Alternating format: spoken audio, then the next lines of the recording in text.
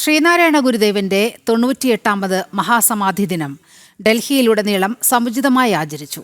SNDP യൂണിയന്റെ ഡൽഹിയിലെ 24 ശാഖകളിലും ഭക്തർ സമാധി പൂജകളുടെ ഭാഗമായി. ദിൽഷാദ് ഗാർഡനിലെ ഗുരുദേവ ക്ഷേത്രത്തിൽ നൂറുകണക്കിന് ഭക്തർ പങ്കെടുത്തു.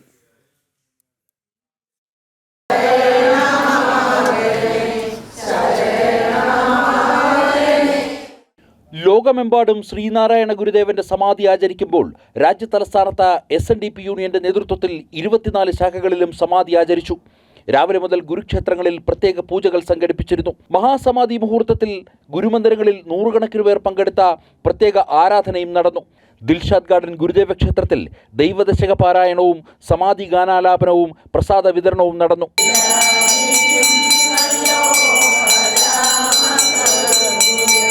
ഡൽഹിയിലെ 24 ശാഖകളിലും ഇന്ന് രാവിലെ മുതൽ ഗുരുദേവ പ്രാർത്ഥനകളും പൂജകളും നടന്നു വരികയാണ്.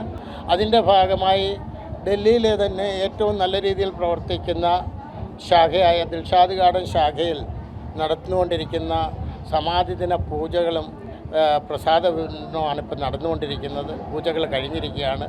മയൂർ വിഹാർ, ഫരീദാബാദ്, രോഹിണി, ഖൽക്കാജി, തുഗ്ലകാബാദ് തുടങ്ങി 24 ശാഖകളാണ് ഡൽഹി SNDP യൂണിയന് കീഴിൽ പ്രവർത്തിക്കുന്നത്. യൂണിയൻ ഭാരവാഹികളായ TS അനിൽ, MK അനിൽ, ഓമനക്കുട്ടൻ, പ്രകാശൻ തുടങ്ങിയവർ ഡൽഹിയിലെ ചടങ്ങുകൾക്ക് നേതൃത്വം നൽകി.